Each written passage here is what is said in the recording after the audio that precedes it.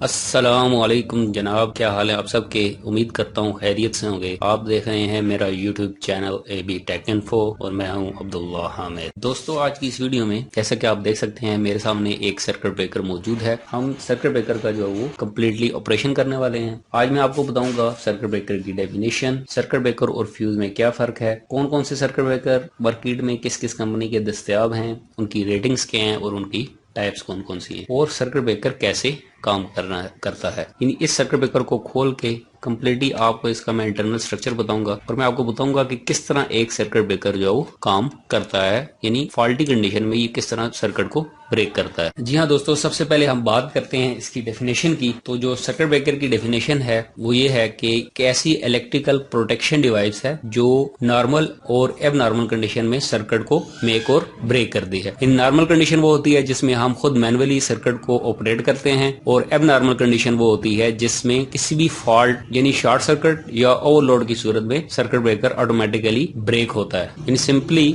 Normal condition है, इसमें हम खुद सर्किट को मेक और ब्रेक करते हैं, जबकि एब नॉर्मल कंडीशन में जब भी सर्किट के अंदर, इलेक्ट्रिकल सर्किट के अंदर कोई फॉल्ट आता है यानी ओवरलोड या शॉर्ट सर्किट, उस सूरत में सर्किट ब्रेकर ऑटोमेटिकली ऑपरेट करता है। अब सबसे पहले हम मुआवजा करते हैं सर्किट ब्रेकर और फ्यूज इनका आपस में।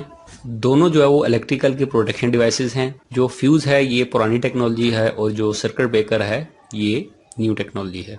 फ्यूज जो है वो ऑपरेट करता है, इसमें इसका टाइम पीरियड ज्यादा होता है, यानी आप इसमें फिक्स कोई नहीं कह सकते कि इसका ऑपरेटिंग टाइम क्या होगा। जितना फॉल्ट यानी ये इनवर्स टाइम की खुसूसियात एक फ्यूज रखता है, यानी फॉल्ट जितना ज्यादा आएगा उतनी जल्दी कोई भी फ्यूज ऑपरेट करेगा। फ्यूज बेसिकली क्या है कि इसमें एक बारीक तार का टुकड़ा होता है जो सर्किट के सीरीज में हम लगा देते हैं, और फॉल्ट जब भी आता है तो वो जो बारीक तार का टुकड़ा है वो मेल्ट करके सर्किट की हिफाजत करता है। यानी जब तक वो बारीक तार का टुकड़ा मेल्ट नहीं करेगा फ्यूज कभी भी ऑपरेट नहीं होगा। इसके टाइम पीरियड का हम कुछ नहीं कह सकते, ये जल्दी भी ऑपरेट कर सकता है यानी फॉल्ट अगर ज्यादा है, और अगर फॉल्ट ओवरलोड वगैरह है तो ये बहुत देर से ऑपरेट करेगा। यानी सिर्फ ये शॉर्ट सर्किट की सूरत में बेहतरीन वर्किंग करता है। जबकि जो सर्किट ब्रेकर है ये इसका जो ऑपरेटिंग टाइम है वो 0.1 सेकंड है, यानी 0.1 सेकंड के अंदर कोई भी सर्किट ब्रेकर ऑपरेट करता है। और ये दो किस्म की कंडीशन के अंदर ऑपरेट करता है, एक तो ओवरलोड और दूसरा शॉर्ट सर्किट। यानी ये दोनों सूरतों में अगर सर्किट के जो आपने सर्किट लगाया है उसमें थोड़ा सा लोड आपने इंक्रीज कर दिया है तो तब भी ये सर्किट ब्रेकर ऑपरेट करेगा। और दूसरा कंडीशन ये है कि जब भी शॉर्ट सर्किट होगा तो ये फौरी तौर पे सर्किट को तोड़ेगा और इस तरह जो है सर्किट की प्रोटेक्शन करेगा।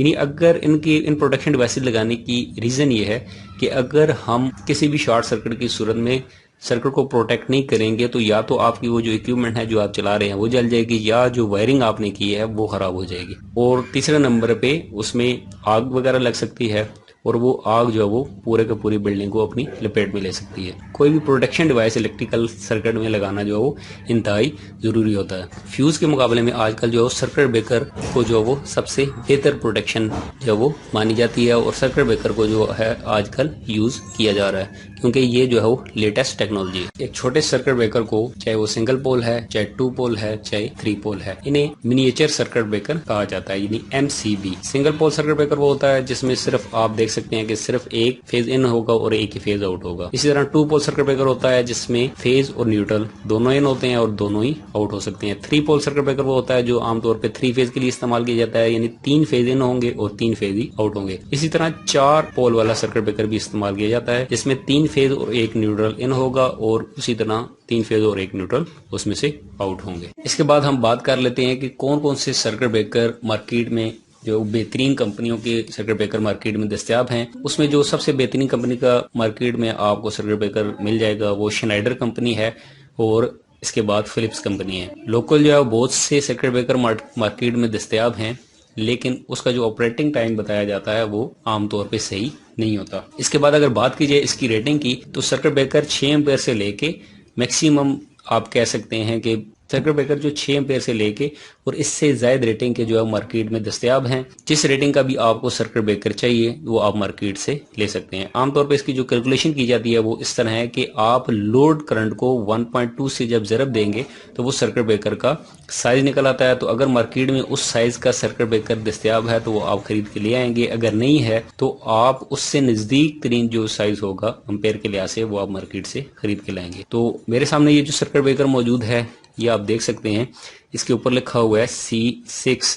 तो ये 6 से मुराद ये है कि ये 6 एम्पेयर का सर्किट ब्रेकर है, यानी इस ब्रेकर में से अगर 6 एम्पेयर से ज्यादा करंट गुजरेगी तो ये सर्किट ब्रेकर ट्रिप कर जाएगा। इसी तरह अगर इसकी टाइप्स देखी जाएं तो आमतौर पे 3 टाइप्स के सर्किट ब्रेकर मार्केट से आपको अच्छी कंपनियों के मिल जाएंगे। एक टाइप बी है, एक टाइप सी है और एक टाइप डी है। टाइप बी के जो सर्किट ब्रेकर है वो आम तौर पे नॉर्मल घरों वगैरह में यूज के लिए जो वो बनाए जाते हैं। टाइप सी के जो सर्किट ब्रेकर हैं वो कमर्शियल सतह पे यूज के लिए बनाए जाते हैं और टाइप डी के सर्किट ब्रेकर जो है वो आमतौर पे इंडस्ट्रियल सतह पे इस्तेमाल के लिए बनाए जाते हैं। इसके बाद आपको मैं बताऊंगा कि कोई भी सर्किट ब्रेकर किस तरह काम करता है। यानी इस चीज को जानने के लिए सबसे पहले हमें सर्किट ब्रेकर को जो है वो खोलना पड़ेगा। तो उसके लिए ये एक सर्किट ब्रेकर है मेरे सामने मौजूद है, इसे हम सबसे पहले ओपन करेंगे। इसके ये जो लॉक हैं इन्हें हम बारी बारी ओपन करते हैं। इस टेस्टर की मदद से जो है वो इसके लॉक्स को इस तरह मैं ओपन करूंगा।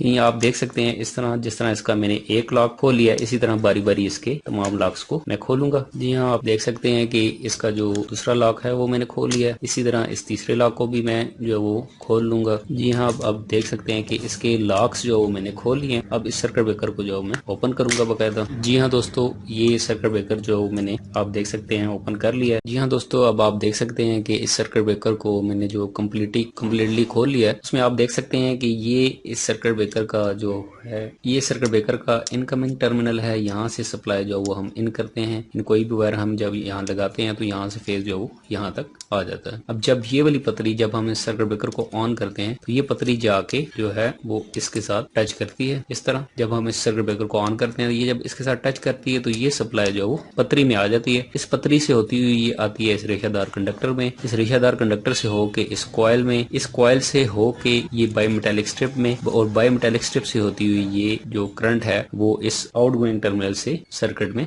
चली जाती है। इन सप्लाई यहाँ से इन होके इस रास्ते से जो है वो इस कॉइल के रास्ते और इस बायोमेटालिक स्ट्रिप के रास्ते से होती हुई अपना सर्किट जो कंप्लीट करती है। अगर इसके मैं आपको पार्ट बताना चाहूँ तो ये इसका इनकमिंग टर्मिनल है, ये इसका की जो है वो आर्क सेपरेटर है। ये अगर मैं आपको निकाल के दिखाऊं तो ये आप देख सकते हैं यूज किया गया है ऐसे मटेरियल को कि जो कंडक्टर मटेरियल नहीं है, और ये जो सेपरेटर यूज किए गए हैं ये एक मेटालिक मटेरियल के हैं। लेकिन जो पतरियां आपको इसमें मुख्तलिफ आप अगर वो से देखें नजर आ रही हैं, हर पतरी का दूसरी पतरी से किसी किस्म का कोई राब्ता नहीं है और इनके दरमियान जो गैप रखा गया है ये एयर गैप है। इसका भी एक खास मकसद है, ऐसे आमतौर पे आर्क सेपरेटर आप कह सकते हैं। इसका मकसद अभी आपको मैं जो कंप्लीट इसका ऑपरेशन बताऊंगा तब आपको साथ साथ मैं बताता हूँ। ये इसकी कॉइल है, ये इसकी बायोमेटालिक स्ट्रिप है। ये अगर आप गौर से देखें तो ये इसकी कॉइल है और ये इसकी बायोमेटालिक स्ट्रिप है जो कि इजीली इस सर्किट ब्रेकर के अंदर मूव कर सकती है। अब जैसा कि मैंने आपको बताया कि सर्किट ब्रेकर आमतौर पे 2 तरह के फॉल्ट्स के अंदर ऑपरेट करता है, एक है ओवरलोड और एक है शॉर्ट सर्किट। यानी अगर पहले मैं बात करूं इसके ओवरलोड की तो ओवरलोड में आमतौर पे इसके अंदर जो ये आपको बायोमेटालिक स्ट्रिप नजर आ रही है ये वर्किंग करती है, यानी जब ये इसकी आमतौर पे नॉर्मल ऑन कंडीशन है। सबसे पहले बात करते हैं हम ओवरलोड कंडीशन की। तो ओवरलोड कंडीशन वो होती है कि जिस तरह ये ब्रेकर 6 एम्पेयर का है तो ओवरलोड कंडीशन ये है कि आपने इस ब्रेकर पे 6 एम्पेयर से थोड़ा सा ज्यादा लोड डाल दिया, यानी या 6 एम्पेयर पूरा, या जो करंट है वो 6 एम्पेयर है या 6.1 एम्पेयर हो गई है या 5.9 एम्पेयर है, तो मुसलसल वो लोड जो है वो उतनी करंट ले रहा है। तो उस सूरत में ये जो इसकी बायोमेटालिक स्ट्रिप है ये हीट अप होना शुरू हो जाती है, और हीट अप होने पे तो बायोमेटालिक स्ट्रिप आमतौर पे जैसा कि नाम से जाहिर है कि ये 2 मुख्तलिफ धातुओं से बनी हुई पतरी है, ये मुड़ना शुरू हो जाती है क्योंकि इन दोनों का टेम्परेचर कोएफिशिएंट मुख्तलिफ होता है। जब ये मुड़ना शुरू करती है तो इस ऊपर वाले मैकेनिज्म को ये पुश करती है, जिसकी वजह से इसका ये जो मैकेनिज्म है, इसका जो स्प्रिंग का प्रेशर है वो इस लॉक से हटता है, तो ये सर्किट ब्रेकर जो है वो ऑफ कंडीशन में आ जाता है। तो दूसरी कंडीशन ये होती है कि ये जो कॉइल है, दूसरी कंडीशन है शॉर्ट सर्किट। तो शॉर्ट सर्किट में आमतौर पे ये होता है कि शॉर्ट सर्किट में ये कॉइल जो है वो इंतहाई ज्यादा मैग्नेटिक फील्ड बनाता है, यानी किस तरह उसमें टेम्परेचर भी बढ़ता है लेकिन टेम्परेचर एकदम नहीं बढ़ता। जब भी किसी सर्किट में शॉर्ट सर्किट जो है वो आता है तो उस सूरत में करंट एकदम एक्सीड करती है, यानी नॉर्मल करंट गुजर रही थी इस सर्किट ब्रेकर के अंदर से वो थी 1 एम्पेयर, और अचानक जो शॉर्ट सर्किट पैदा हुआ, शॉर्ट सर्किट की वजह से करंट 1 एम्पेयर से जम करके विद इन मिली सेकेंड जो है वो 10 एम्पेयर, 20 एम्पेयर, 25 एम्पेयर या इससे भी ज्यादा हो सकती है। तो उस सूरत में बायोमेटालिक स्ट्रिप क्योंकि जब तक टेम्परेचर एक्सीड नहीं करेगा वो ऑपरेट नहीं करेगी। टेम्परेचर करंट एकदम बढ़ी है तो टेम्परेचर बढ़ेगा लेकिन वो आराम से बढ़ेगा। उस सूरत में ये कॉइल लगी हुई है, ये कॉइल जो है वो स्ट्रॉन्ग मैग्नेटिक फील्ड जो है पैदा करती है। उस स्ट्रॉन्ग मैग्नेटिक फील्ड की वजह से इसके अंदर ये जो आप देख सकते हैं ये प्लंजर है, ये आप देख सकते हैं ये नीचे की तरफ मूव करता है। यानी इसके अंदर से अगर आप देखें, इधर से मैं इसे जब ऊपर से पुश करूंगा तो वो नीचे से आपको देख रहे हैं इसकी स्पिंडल जो है वो बाहर की तरफ आ रही है। तो दोनों सूरतों में वो ये जो इसका जो प्लास्टिक है इसके ऊपर जब प्रेशर पड़ता है तो ये यहाँ से ये वाला लॉक ओपन कर देती है। ये लॉक जब ओपन होता है तो जिसकी वजह से सर्किट ब्रेकर ट्रिप करता है। तो बायोमेटालिक स्ट्रिप की सूरत में भी ये जब ऊपर की तरफ होती है, लॉक लगा हुआ होता है, तो बायोमेटालिक स्ट्रिप जब ऊपर की तरफ इस तरह मूव करती है तो ये इस लॉक पे प्रेशर डालती है। इस जगह पे जब ये लॉक पे प्रेशर डालती है तो ये लॉक जो नीचे की तरफ मूव करता है, जिसकी वजह से ये लॉक यहाँ से ओपन हो जाता है और ओपन होने की सूरत में ये सर्किट ब्रेकर ट्रिप करती है। इसकी एक्चुअल कंडीशन अगर मैं आपको बताऊं तो ये आमतौर पे इस कंडीशन में होता है। ये अब आप देख सकते हैं कि ये लॉक इसका जो है वो इस स्पिंडल के साथ अटैच होता है और जब भी यानी आप कह सकते हैं कि शॉर्ट सर्किट आता है तो शॉर्ट सर्किट की सूरत में ये वाली स्पिंडल नीचे को मूव करती है और वो उस पे प्रेशर डालती है। और जबकि ओवरलोड कंडीशन में ये बायोमेटालिक स्ट्रिप मूव करती है और इस स्पिंडल पे प्रेशर डालती है, जिसकी वजह से इसका स्प्रिंग जो है वो उसके प्रेशर से, स्प्रिंग के प्रेशर से सर्किट ब्रेकर ट्रिप कर जाता है। और आखिर में मैं आपको बताऊंगा इस स्प्लिटर का मकसद। तो शॉर्ट सर्किट की सूरत में आपको पता है कि इंतहाई शदीद करंट गुजरती है, जिसकी वजह से एक शोला पैदा होता है। आमतौर पर कॉइल उसे ऑपरेट तो करवा देती है, लेकिन वो शोला जो आमतौर पर पैदा होता है वो इतनी आसानी से नहीं बुझता। वो शोला यहाँ से आमतौर पर करंट गुजरती हुई इसकी मदद से इस दूसरी स्टेप तक आ रही होती है, तो बीच में ये आर्क स्प्लिटर आ जाता है। ये आर्क स्प्लिटर क्या करता है, ये जो है वो इसमें आर्क को ठंडा करने का काम जो है वो सर अंजाम देता है। यानी आप देख सकते हैं इसके दरमियान ये जो है वो एयर गैप्स मौजूद हैं और जब करंट यहाँ से एयर गैप में से होती हुई गुजरती है तो उनके दरमियान आमतौर पर फासला आ जाता है। तो आर्क जो है वो जो इसके दरमियान पैदा होती है वो कुछ ही सेकंड्स के अंदर, यानी कुछ ही मिली सेकंड्स आप कह सकते हैं, उसके अंदर आर्क जो है वो ठंडी हो जाती है। और इस तरह सर्किट ब्रेकर जो है वो शॉर्ट सर्किट और ओवरलोड दोनों सूरतों में काम करता है।